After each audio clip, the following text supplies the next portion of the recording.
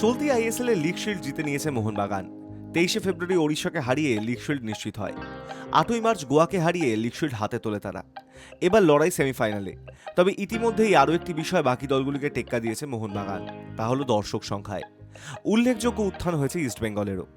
ISL এর দেওয়া হিসাব অনুযায়ী 12টি হোম ম্যাচে মোহনবাগানের মোট 4,28,933 জন খেলা দেখতে মাঠে এসেছেন, অর্থাৎ প্রতি ম্যাচে 35,744 জন।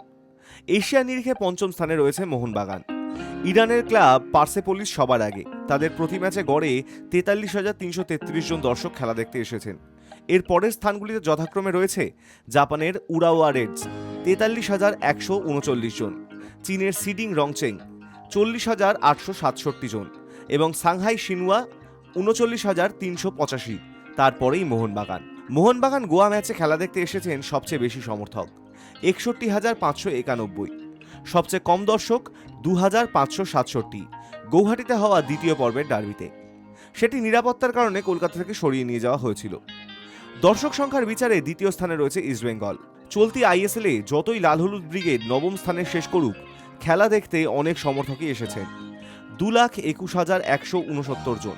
যদিও গড় দর্শক সংখ্যা মোহনবাগানের তুলনায় অনেকটাই কম, 18,431 জন। ইস্টবেঙ্গলের সবচেয়ে বেশি দর্শক এসেছেন প্রথম পর্বের ডার্বিতে 59,872 জন। তালিকায় তৃতীয় স্থানে রয়েছে কেরল ব্লাস্টার্স। তাদের গড় দর্শক সংখ্যা 15,894 জন। তবে এই সংখ্যা খুবই খারাপ, কারণ গত মরশুমের থেকে 42% কম দর্শক খেলা দেখেছেন এবার, যা সব দলের চেয়ে বেশি। কোচি স্টেডিয়ামে 60,000 দর্শক প্রতি ম্যাচেই প্রায় পূর্ণ থাকে। তবে এবার দলের পারফরমেন্স ভালো না হওয়ায় শেষের দিকের ম্যাচগুলিতে দর্শক প্রায় হয়নি।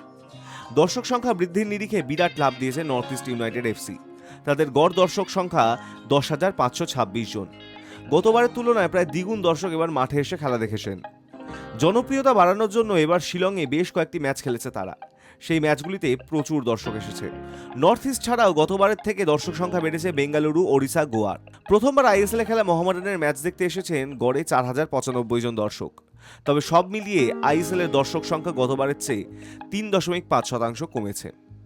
High News network.